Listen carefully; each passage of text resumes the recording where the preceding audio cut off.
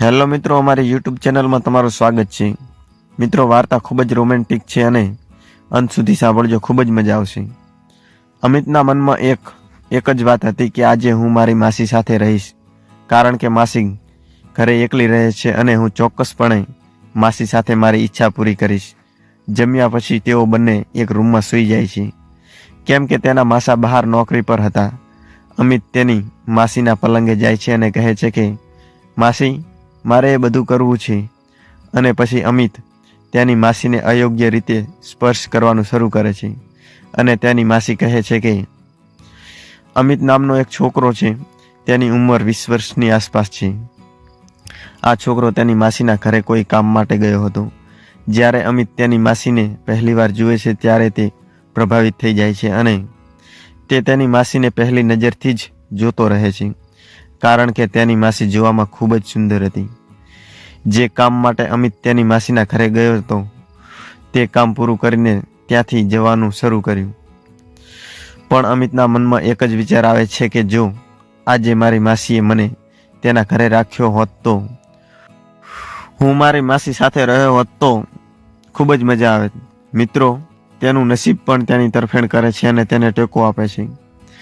અને જેવો તે તેની માસીના ઘરેથી પાછો તેના ઘરે જવા નીકળ્યો તો તેની કાકી તેને રોકે છે અને કહે છે કે તું આજે અહીં જ રહી જા અને કાલે સવારે જજે, હું તારી મમ્મી સાથે વાત કરી લઉં છું। પછી એ છોકરો બહુ ખુશ થઈ ગયો અને તેની માસીના ઘરે જ રહે છે। ધીમે ધીમે સાંજ થઈ ગઈ પછી બંને જણ જમવા માટે રૂમમાં જાય છે। હવે તેની માસી ઘરે એકલી જ હતી, તેથી તેઓ એક જ પલંગમાં સૂઈ ગયા। લગભગ 2 વાગ્યા હતા અને અમિત જાગીને તેની માસીને કહે છે કે માસી જેવી જાગી છે અને પછી તે છોકરો તેની માસીને પકડી રાખે છે અને કહે છે કે માસી, મને એ બધું કરવાનું મન થાય છે। અને તે પછી છોકરો તેની માસીને પકડી લે છે અને તેની સાથે કંઈક એવું કરવા લાગે છે જેની કોઈએ કલ્પના પણ નહોતી કરી। તેથી જ તમે આ વિડીયોમાં અંત સુધી બન્યા રહેજો, કારણ કે આ ઘટના ખૂબ જ રોમેન્ટિક છે અને આ એક સત્ય ઘટના છે। અને મિત્રો, ચેનલ પર ન હોય તો ચેનલને અવશ્ય સબસ્ક્રાઈબ કરી નાખજો અને હા મિત્રો, વિડીયોને એક લાઈક પણ કરી નાખજો। મિત્રો, આ એક સત્ય ઘટના છે, રાજસ્થાનના એક જિલ્લાની છે અને જ્યાં અમિત નામનો છોકરો રહે છે। તેની ઉંમર આશરે 20 વર્ષની છે। મિત્રો, અમિત કોલેજનો અભ્યાસ પૂરો કરી રહ્યો હતો। ત્યાં સાંજના લગભગ 5 વાગ્યા હશે અને અચાનક અમિતની મમ્મીને અમિતની માસીનો ફોન આવ્યો અને અમિતની માસી કહે છે કે મારી તબિયત અચાનક બગડી છે અને મને હોસ્પિટલ લઈ જવા માટે કોઈ નથી, તમે અમિતને મારી પાસે મોકલો। હવે અમિતની મમ્મી પણ તેની બહેનને ના પાડી શકતી નહોતી, કારણ કે તેની બહેન તેનાથી બહુ દૂર નહોતી અને તે જાણતી હતી કે મારી બહેનના પતિ પણ ઘરે નથી। તેથી અમિતની માતાએ અમિતને કહ્યું કે તારી માસીની તબિયત અચાનક બગડી છે અને તું એક કામ કર, તું ત્યાં જા અને તેની સારવાર કરાવ। અને આ સાંભળીને અમિત ખૂબ જ ખુશ થાય છે અને તે પછી તે તેની બાઇક લઈને તેની માસીના ઘરે જાય છે। અમિત આજે પહેલીવાર તેની માસીને મળવા જતો હતો, તેથી લગભગ તે 15 મિનિટ પછી તે તેની માસીના ઘરે પહોંચે છે। ત્યારે તે તેની માસીને જોતો જ રહે છે, કારણ કે તેની માસી જોવામાં ખૂબ જ સુંદર હતી અને તે તેની ઉપરથી નજર જ્યાં ફેરવી શક્યો નહીં। તો તેની માસીએ કહ્યું કે અમિત, શું થયું? કેમ તે કોઈ દિવસ સ્ત્રી નથી જોઈ?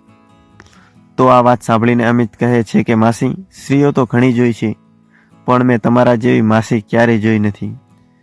અને અમિતની માસી હસવા લાગે છે અને કહે છે કે તો મિત્રો, હું તમને અમિતની માસી વિશે થોડું જણાવી દઉં। અમિતની માસીનું નામ રેશમા હતું અને જો હું તેની ઉંમર વિશે વાત કરું તો તે 22 વર્ષની આસપાસ હતી। અમિતની માસી હજુ સુધી કોઈ સંતાન નહોતું। મિત્રો, અમિતના માસા બેંગ્લોર રહેતા હતા અને તે મહિનામાં ફક્ત 1-2 વાર જ ઘરે આવતા હતા।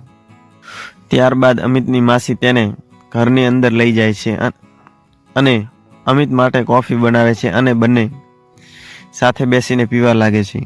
અમિતે તેની માસીને પૂછે છે કે શું થયું માસી, તમે મને અહીં કેમ બોલાવ્યો? તમારી તબિયતને શું થયું છે? તે પછી તેની માસી કહે છે કે મને ખબર નથી, અને તેની માસી કહે છે કે મને અચાનક તાવ આવ્યો છે અને મને હોસ્પિટલ લઈ જવા માટે અહીં કોઈ નથી, અને તારા માસા પણ અત્યારે બહાર છે, એટલે મેં તારી મમ્મીને ફોન કર્યો. ત્યારબાદ તારી મમ્મીએ તને અહીં મોકલ્યો. અમિત કહે છે કે કોઈ વાંધો નહીં માસી, એ તો મારી ફરજ છે. તે પછી અમિત તેની માસીને કહે છે કે ચાલો માસી, તો હવે મોડું થશે, કારણ કે સાંજના 5 વાગ્યાનો સમય છે, અને જો હું ઘરે પાછો જાઉં તો મને મોડું થશે. આ સાંભળીને અમિતની માસી કહે છે કે ઠીક છે, તો ચાલો હવે જઈએ. ત્યારબાદ તે બંને બાઇક બહાર કાઢે છે અને નજીકની હોસ્પિટલમાં ગયા. અને પછી અમિત તેની માસીનું ખૂબ જ ધ્યાન રાખે છે. તેને ખૂબ તાવ આવ્યો હતો અને તેને કેટલીક દવાઓની જરૂર હતી. પછી દવાખાનેથી દવા લઈને તેની માસીના ઘરે પાછા આવ્યા, અને પછી અમિતને ત્યાં જ રોકાઈ જવાની ઈચ્છા થઈ ગઈ હતી, કારણ કે અમિતના મનમાં આ વાત હતી કે જો આજે હું મારી માસીના ઘરે રહીશ તો હું માસી સાથે એ બધી વાતો કરી શકીશ. પણ અમિત તેની માસી સાથે ત્યાં રહેવા માટે સીધી વાત કરી શક્યો નહીં. હવે તે કહે છે કે ઠીક છે, ચાલો માસી, હવે હું જાઉં છું. પછી અમિતની માસી કહે છે કે અત્યારે એકદમ અંધારું થઈ ગયું છે. આ સાંભળીને અમિતની કાકી કહે છે છોડો, આજે નહીં, આજે અહીં રહી જાઓ, કાલે સવારે અહીંથી નીકળી જજો, હું તારી મમ્મી સાથે વાત કરું છું. અને હવે અમિત પણ કહે છે કે જો તમે મારી મમ્મીને કહેશો તો હું અહીં જ રહીશ. તે પછી અમિતની માસી અમિતની મમ્મીને ફોન કરીને કહે છે કે અત્યારે મોડું થઈ ગયું છે અને રાત પણ થઈ ગઈ છે, હું અમિતને કાલે સવારે મોકલી દઈશ. મિત્રો, આ સાંભળીને અમિત ખૂબ જ ખુશ થઈ ગયો, કારણ કે તેના મનમાં એક જ વાત હતી કે આજે હું મારી માસી સાથે રહીશ, કારણ કે માસી ઘરે એકલી છે અને હું માસી સાથે મારી ઈચ્છા પૂરી કરીશ. રાત્રે 10 વાગ્યાની આસપાસ તેઓ બંને સાથે બેસીને જમ્યા અને રાત્રિ ભોજન કર્યું, અને પછી તેઓ રૂમમાં સૂઈ જાય છે. મિત્રો, તેઓ એક જ રૂમમાં સૂઈ જાય છે, કારણ કે અમિત તેની માસી ઘરે એકલી જ હતી, તેના માસા ત્યાં નહોતા.